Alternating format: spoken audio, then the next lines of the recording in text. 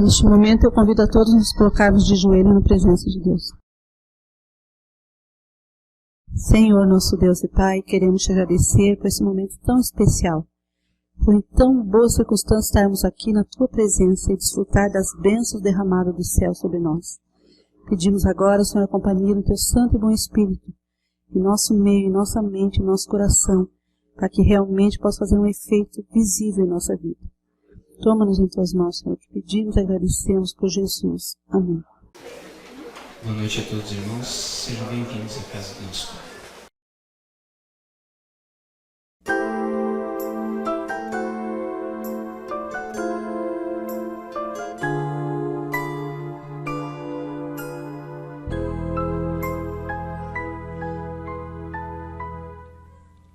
Eu navegarei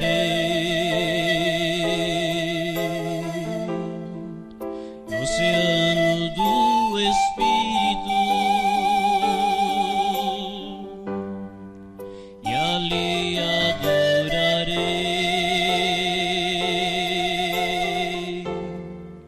ao Deus do meu amor.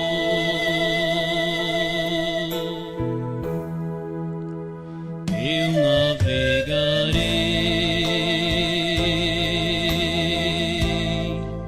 no oceano do Espírito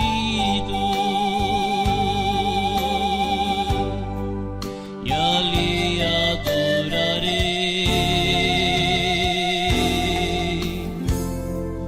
ao Deus do meu amor.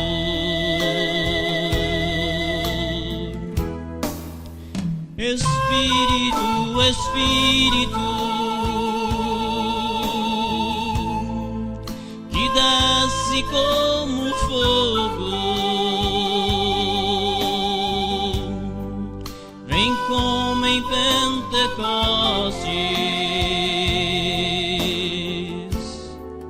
ó, enche-me de novo.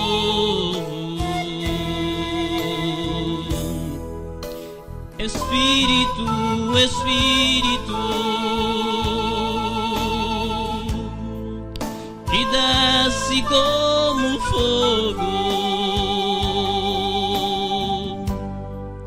vem como em Pentecostes,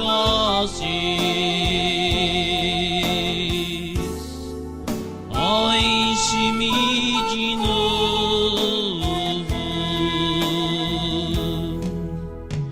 Eu adorarei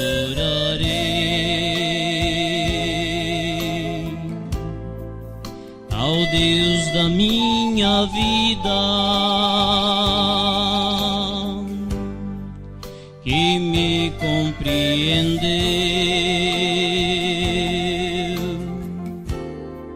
sem nenhuma explicação.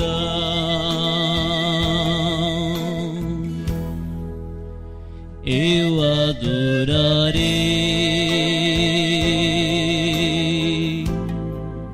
ao Deus da minha vida, que me compreendeu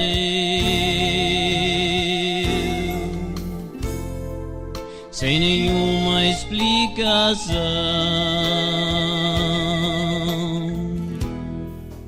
Espírito, Espírito, que desce como fogo, vem como em Pentecostes,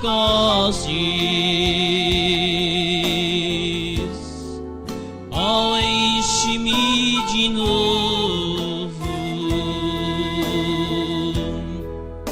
Espírito, Espírito, que desce como fogo, vem como em Pentecostes,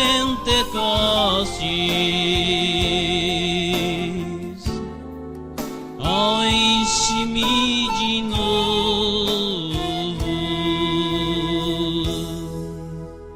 Eu adorarei.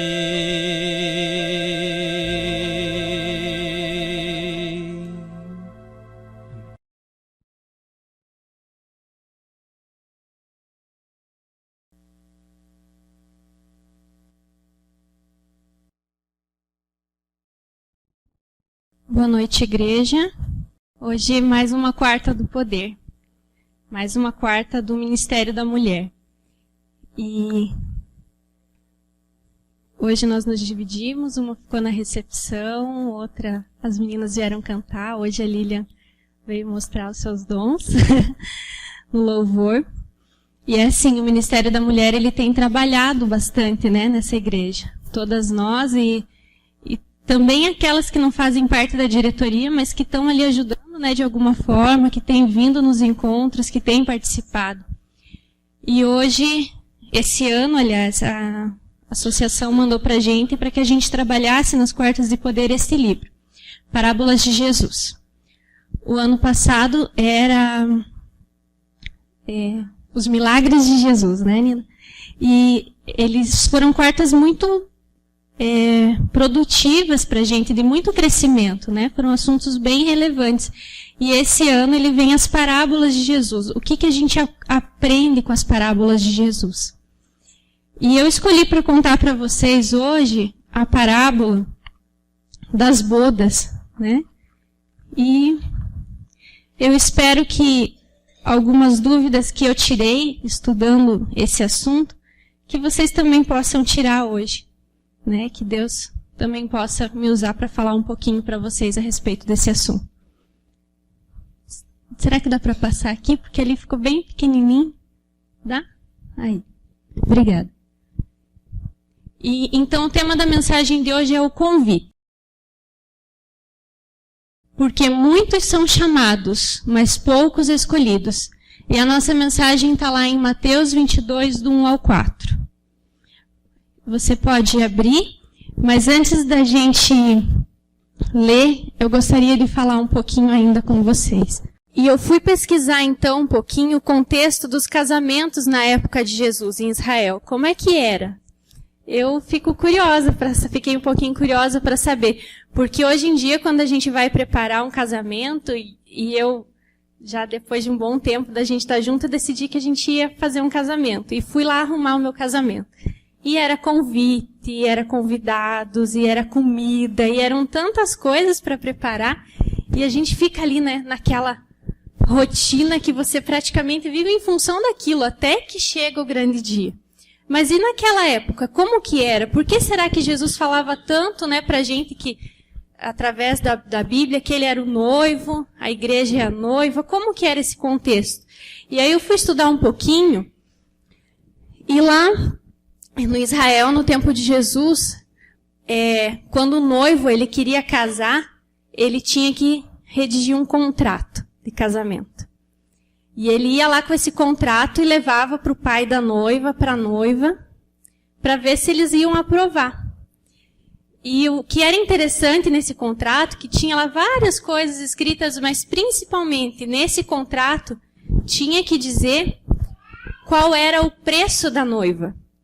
E é engraçado, né? Hoje a gente vive numa sociedade, né? E falando de mulheres que as mulheres trabalham fora e têm o seu dinheiro. E é estranho pensar, né? Num contexto.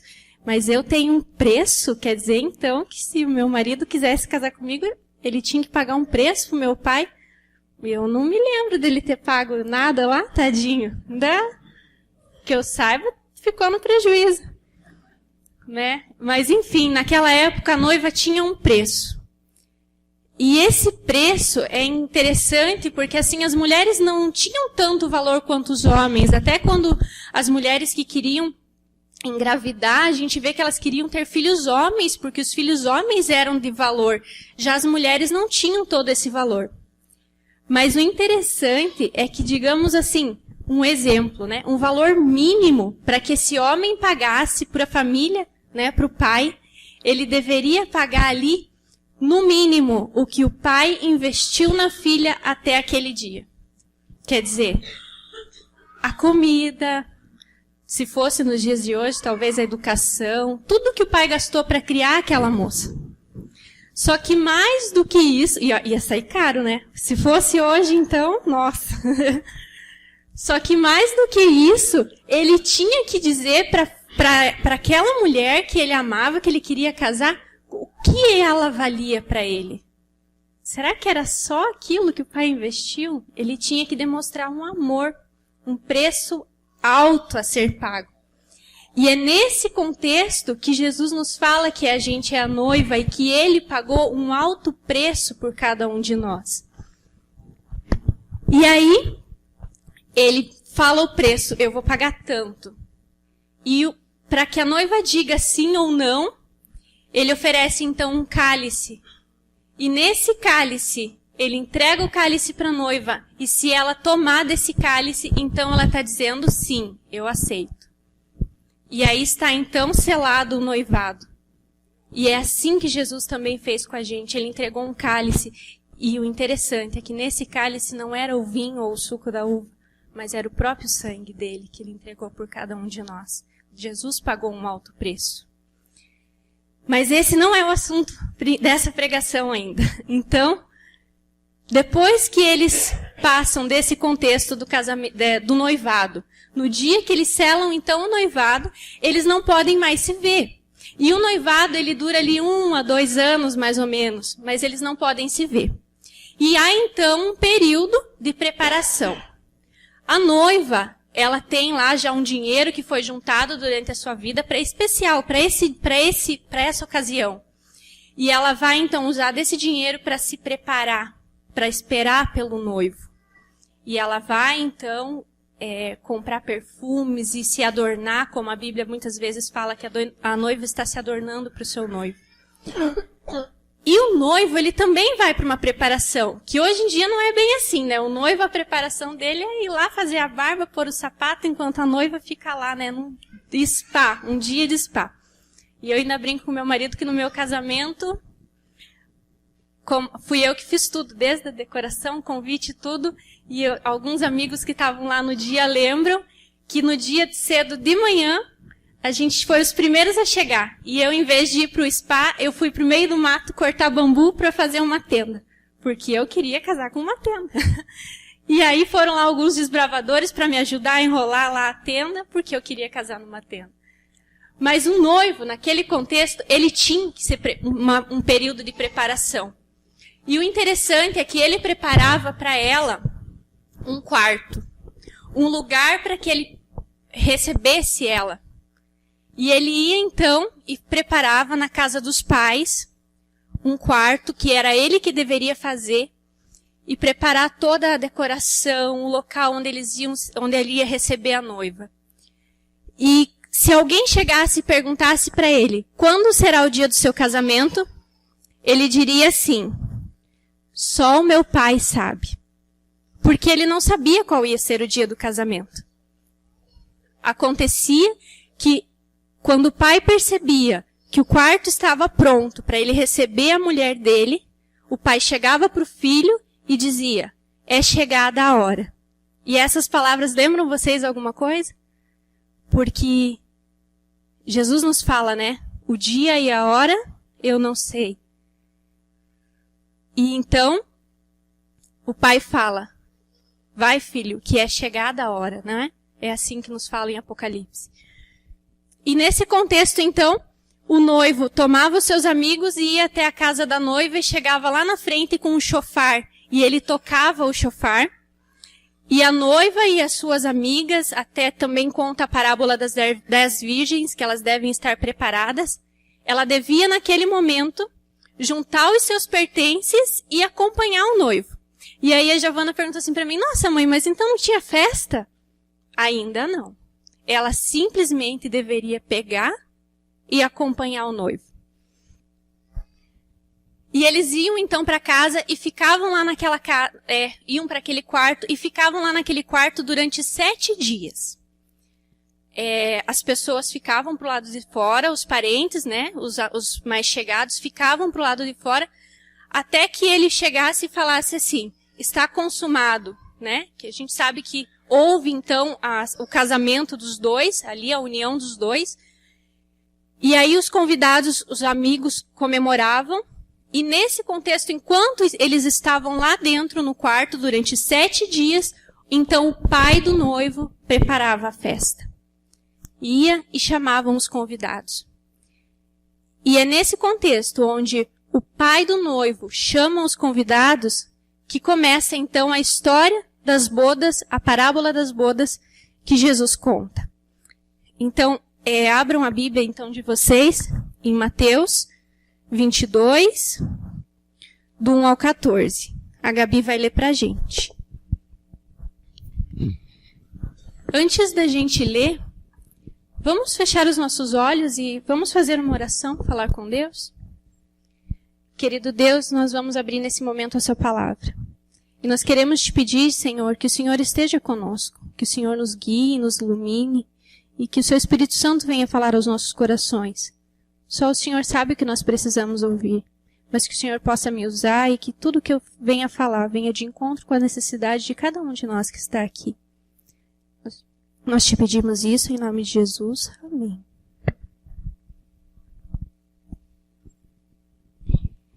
De novo entrou Jesus a falar, por parábolas, dizendo-lhes: o reino dos céus é semelhante a um rei que celebrou a bodas de seu filho.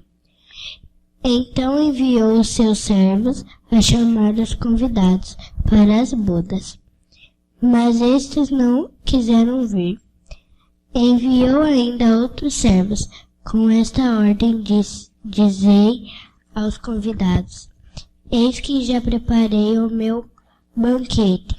Os meus bois cevados já foram abatidos, e tudo está pronto. Vinde para as bodas. Eles, porém, não se importaram, e se foram um para o seu campo, outros para o seu negócio, e outros, agarrando os servos, os maltrataram e mataram. O rei ficou irado, enviando as suas tropas, exterminou aqueles assassinos e lhes incendiou a cidade. Então disse aos seus servos: está pronta a festa, mas os convidados não eram dignos. E depois para as encruzilhadas nos caminhos, e convidai para as bodas, e a quantos encontrardes, e saindo aqueles servos pela estrada, reuniram todos os que encontraram, maus e bons, e a sala do banquete ficou repleta de convidados. Entrando, porém, o rei para ver os que estavam à mesa, notou ali um homem que não trazia veste nupcial, e perguntou-lhe: amigo, como entraste aqui sem veste nupcial? E ele emudeceu. Então ordenou o rei aos serventes: amarraras. Ali haverá choro e ranger de dentes, porque muitos são chamados, mas poucos escolhidos. Amém. Eu vou contar uma curiosidade para vocês. Quando a gente veio para a igreja, antes um pouquinho, o Éder tinha muitas perguntas. E uma das perguntas ele me fazia e eu não sabia responder. E ele falava assim: por que eu tenho que estudar a Bíblia se o povo escolhido é Israel, os judeus? Então eu não preciso estudar a Bíblia. E depois a gente teve algumas respostas e tal, e hoje a gente está aqui, né, para dizer que a gente entendeu que não era só Israel, mas lendo isso e estudando esse livro, eu pude entender o porquê que não era só para os judeus, porquê que a salvação não é só para os judeus e porquê que a salvação se estende e chegou até a mim e a você. E eu vou então tentar explicar um pouquinho para vocês sobre o que eu aprendi então com isso. Nós temos então o primeiro convite ali no verso 3. Então enviou os seus servos a chamar os convidados para as bodas, mas estes não quiseram vir. A gente entra então e começa a lembrar de João Batista. João Batista era o primo de Jesus e ele foi quem iniciou a pregação do Evangelho. Ele veio para anteceder a Jesus Cristo. E ele iniciou então a pregação do Evangelho, mas alguns aceitaram, se batizaram, muitos se batizaram, mas também muitos não aceitaram a mensagem de João Batista. E teve também os 12, Mateus 10, 5 e 7. Pode ler, Léo. A estes 12 enviou Jesus, dando-lhes as seguintes instruções: não tomeis rumo aos gentios, nem entrei em cidades de samaritanos, mas dê preferência a procurar as ovelhas perdidas da casa de Israel, e à medida que seguirdes, pregai que está próxima o reino dos céus. Os 12 discípulos, então, eles foram enviados para Jesus, para pregar para quem? Para o povo de Israel. E Jesus dizia para que eles não fossem aos gentios, para que eles fossem primeiros a Israel, né? Mas Israel também não aceitou. E vieram então os 70 em Lucas 10, no versículo 1. Depois disso, o Senhor designou outros 70 e os enviou de 2 em 2 para que o precedessem em cada cidade e lugar aonde ele estava para ir. Todos eles deveriam anunciar a vinda do Messias. E era para um povo específico, o povo de Israel. E era essa a pergunta que a gente tinha. Por que só para Israel? Israel era o povo escolhido por Deus. Desde a saída, né, de Moisés, a gente escuta a história de Deus, como Deus abençoou o povo de Israel e quantas bênçãos Deus tinha preparado para aquele povo, quantas coisas Deus tinha feito para eles. E mesmo assim, quando Jesus veio à Terra, eles esperavam esse Messias, né? O Velho Testamento relatava que haveria um Messias. Mas quando esse Messias veio, eles não aceitaram. E a gente vê então o segundo convite, no verso 4 e 5. Enviou ainda outros servos com esta ordem. Dizei aos convidados: eis que já preparei o meu banquete. Os meus bois e cevados já foram abatidos. E tudo está pronto. Vinde para as bodas. Eles, porém, não se importaram e se foram um para o seu campo, outro para o seu negócio.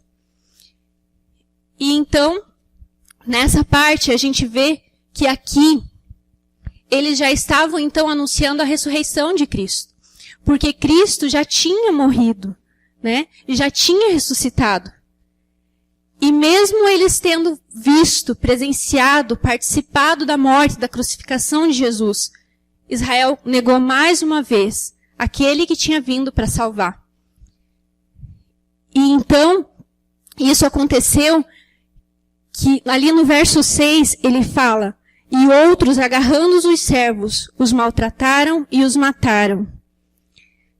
Até o ano 34 depois de Cristo, o convite ainda foi exclusivo aos israelitas, a nação escolhida, conforme as profecias de Daniel 24, 26 e 27. Como a gente já estudou isso, né? Mas é interessante ler ali em Daniel, que ele fala assim, olha, que depois de 62 semanas será morto o ungido, e já não estará, e o povo de um príncipe que há de vir destruirá a cidade e o santuário, e o seu fim será num dilúvio, e até o fim haverá guerra, desolação, são determinadas. Israel negou aquele que veio para salvá-los. Eles o crucificaram e o mataram. É claro que hoje a gente sabe que não foi só eles, que foi pelo nosso pecado, mas Israel negou aquele que veio para salvar o povo. E então, ali no verso 7, que ele fala: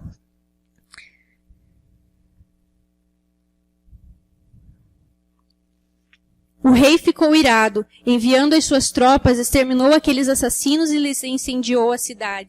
E cumpre a profecia de Daniel, porque, se eu não me engano, o general Tito, ele veio no ano 70 depois de Cristo, queimou a cidade, o templo, e houve então a destruição de Jerusalém e a dispersão dos judeus.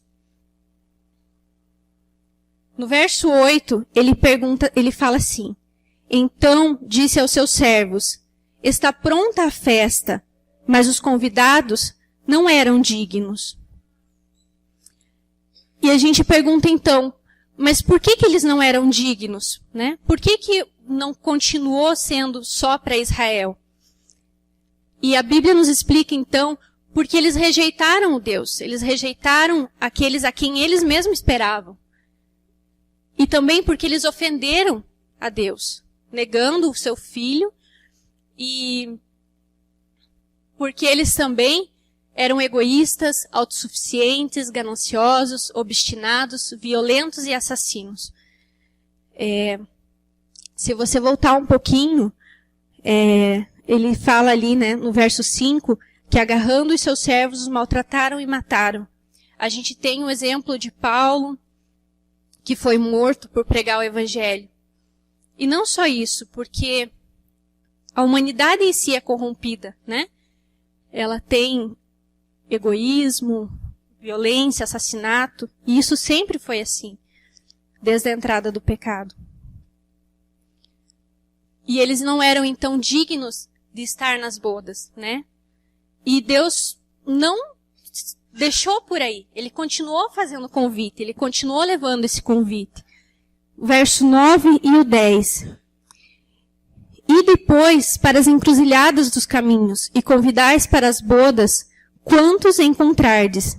E saindo aqueles servos pelas estradas, reuniram todos os que encontraram, maus e bons, e a sala do banquete ficou repleta de convidados. E é aqui que entra então eu e você. Porque foi a partir desse momento que o evangelho foi então pregado a todas as nações. E não houve então uma só pessoa a quem o evangelho não pudesse ser pregado. Todas as pessoas hão de ouvir falar da mensagem de Jesus. Sejam bons e sejam maus.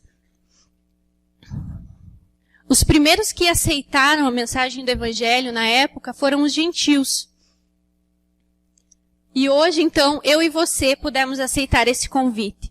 Eu tenho certeza que cada um de nós aqui tem uma história de como chegou, de como conheceu a mensagem de Jesus. E o importante é que todos nós aqui aceitamos o convite para participar das bodas. Todos nós estamos aqui hoje e conhecemos essa verdade. Os versos 11 e 12, entrando, porém, o rei, para ver o que estavam à mesa, notou ali um homem que não trazia as vestes nupciais. É interessante que naquela época o rei, ele chamou os convidados, mandou para que saíssem então às ruas, porque ninguém havia aceito o seu convite. E além de chamar os convidados, ele deu também as vestes para que cada um pudesse participar das bodas. E ele notou então, quando o rei foi, antes de que o noivo chegasse, o rei foi até os convidados para olhar se todos eles estavam adequadamente, né, para a festa, para as bodas. E ele notou então que uma das pessoas, um dos convidados, não tinha usado as vestes que ele deu. E ele perguntou então por quê. E eu pergunto assim para vocês. Quando a gente vai hoje numa festa de casamento, a gente, como convidado, a gente gasta um preço, não gasta? É roupa, é um presente, são muitas coisas que a gente gasta. Mas naquela época, nesse contexto, era gratuito. Quem estava recebendo o presente, na verdade, eram aquelas pessoas que estavam sendo convidadas. Deus, o rei, mandou para que chamassem pessoas da rua. Não eram mais pessoas importantes, porque as pessoas importantes, os familiares, os amigos, os poderosos, não tinham aceito. E eles estavam recebendo um presente. As vestes eram um presente, era dado gratuitamente. E eles receberam então um presente. Mas mesmo sendo um presente, essa pessoa especificamente não aceitou. Quer dizer, ele já estava participando da festa, ele já estava lá dentro, mas ele não aceitou o presente de Deus. E o que precisamos então para aceitar? Será que basta ter fé? Todos nós estamos aqui porque nós acreditamos em Deus, porque nós acreditamos que Jesus um dia vai voltar. E nós estamos aqui com essa certeza. Mas a Bíblia também nos fala que até os demônios creem e estremecem, e que a fé sem obras é morta. Tiago 2, 19 e 20. Nós temos também que ter a preparação para esse dia. E há aqui um paralelo. Só a fé não é suficiente, porque a fé sem obras é morta. Mas nós, como cristãos, quando a gente vem sempre para a igreja, todos os sábados, quartas-feiras, domingos, trabalhamos cada um no seu ministério, seja um ministério pessoal ou dentro da igreja, a gente cai no problema de pensar que as nossas obras podem nos salvar.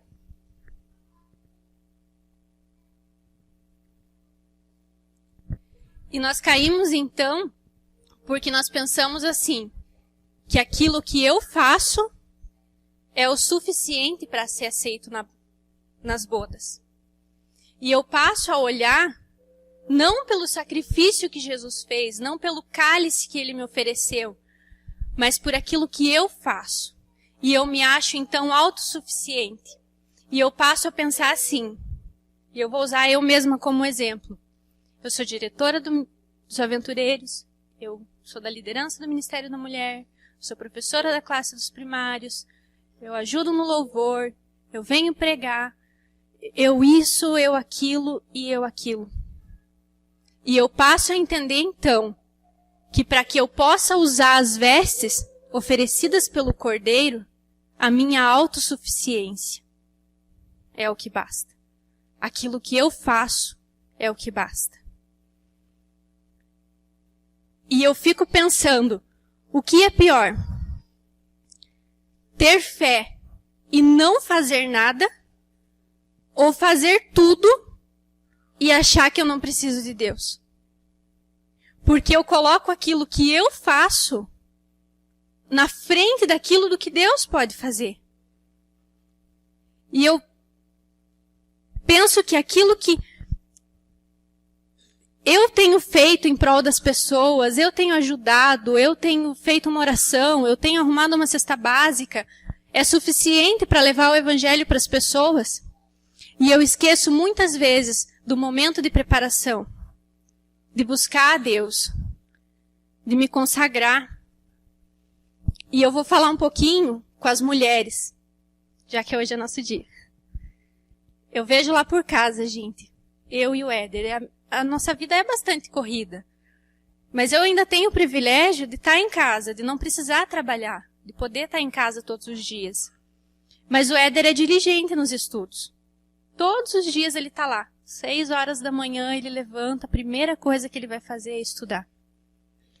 E ele vai e me chama às 6h40. E o que eu faço? Muitas vezes. Eu primeiro vou fazer tudo que eu tenho que fazer. Arrumar as crianças, tal. 8 horas, todo mundo na condução. Aí é que eu vou fazer a minha parte. Aí é que eu vou buscar a minha consagração. E eu vejo assim que a gente, enquanto mulher, às vezes a gente percebe assim, quando a gente está nas reuniões do Ministério da Mulher, a gente não busca. A gente vai deixando para depois, porque é muita atividade, é muita coisa, e a gente esquece de se consagrar. E a gente tem que entender que para que a gente possa usar as vestes do Cordeiro, não é a minha autossuficiência, não basta eu ter fé. Eu tenho que buscar a Deus todos os dias. E isso é um dom gratuito.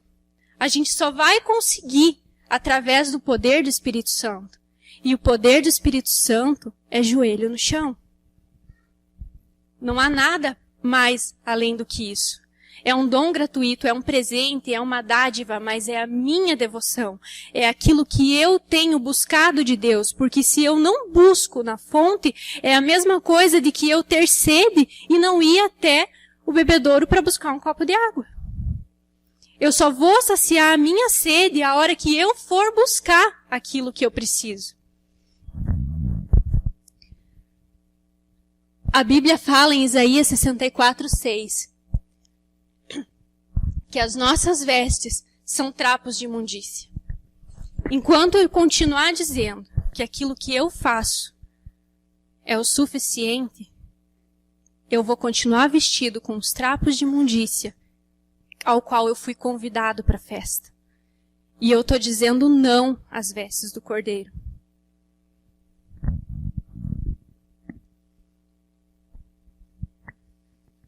As vestes reais são um presente.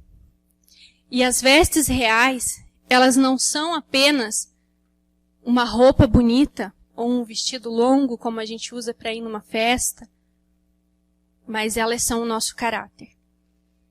E há uma frase que diz assim, que o caráter é aquilo que eu faço quando ninguém está me olhando. Só que eu tenho que entender que enquanto ninguém está me olhando, tem alguém me olhando. Mesmo quando eu não estou vendo nenhum de vocês, nenhum de vocês está me vendo. Deus tem nos olhado. E Ele olha para cada um de nós. E Ele julga o nosso caráter. Mas Ele também tem o poder de moldar o nosso caráter. De transformar aquilo que a gente é. Porque por nós mesmos nós não somos capazes. Mas Deus tem esse poder. Para isso, nós precisamos só de uma coisa. Consentimento. E dizer, Senhor, eu permito que o Senhor trabalhe na minha vida. Que o Senhor molde o meu caráter. Que o Senhor me faça uma pessoa melhor. E buscar. Porque muitos são chamados, mas poucos os escolhidos.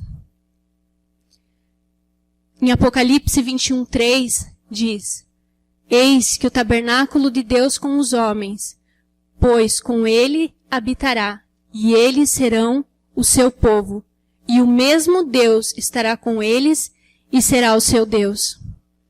Naquele grande dia, onde virão acontecer a nossa ida para casa com o Senhor, Ele vai olhar para cada um de nós e Ele vai dizer, se nós estamos vestidos com a veste do Cordeiro, que nos é dada gratuitamente, ou se nós escolhemos continuar usando as nossas roupas, os nossos trapos de imundícia. E Apocalipse 19:6-9 também nos diz. Eu gostaria que vocês lessem comigo. E foi-lhe dado que se vestisse de linho fino, puro e resplandecente, porque o linho fino são as justiças dos santos. E disse-me, escreve, bem-aventurados aqueles que são chamados à ceia das bodas do Cordeiro. O meu desejo é que cada um de nós possamos estar nesse dia, cingidos com as vestes do Cordeiro.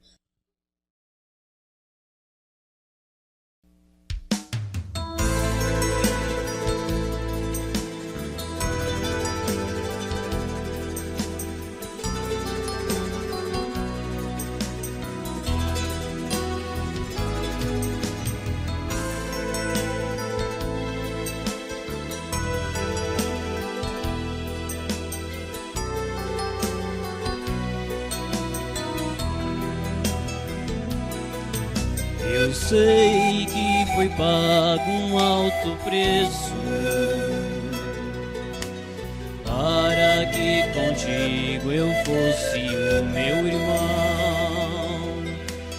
Quando Jesus derramou sua vida, Ele pensava em ti, Ele pensava em mim, pensava em nós.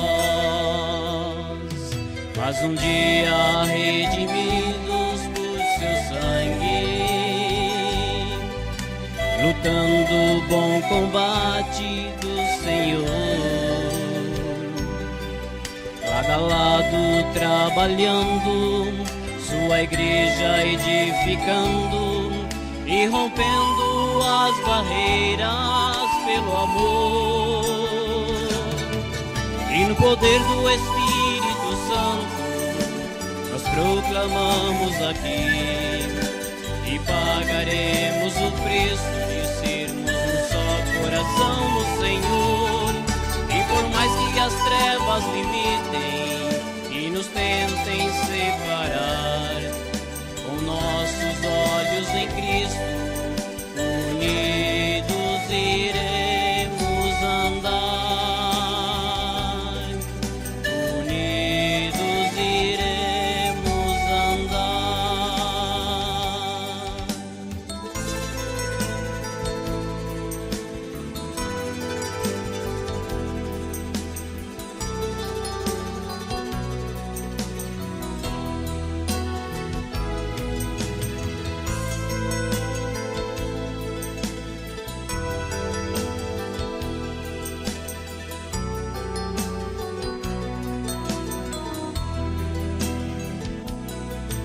Eu sei que foi pago um alto preço para que contigo eu fosse o meu irmão. Quando Jesus derramou sua vida, Ele pensava em ti, Ele pensava em mim, pensava em nós. Mas um dia redimidos por seu sangue, lutando o bom combate do Senhor, lado a lado trabalhando, sua igreja edificando e rompendo as barreiras pelo amor. E no poder do Espírito Santo nós proclamamos aqui e pagaremos o preço de sermos um só coração no Senhor. E por mais que as trevas limitem e nos tentem separar, com nossos olhos em Cristo, unidos iremos andar. Unidos iremos andar.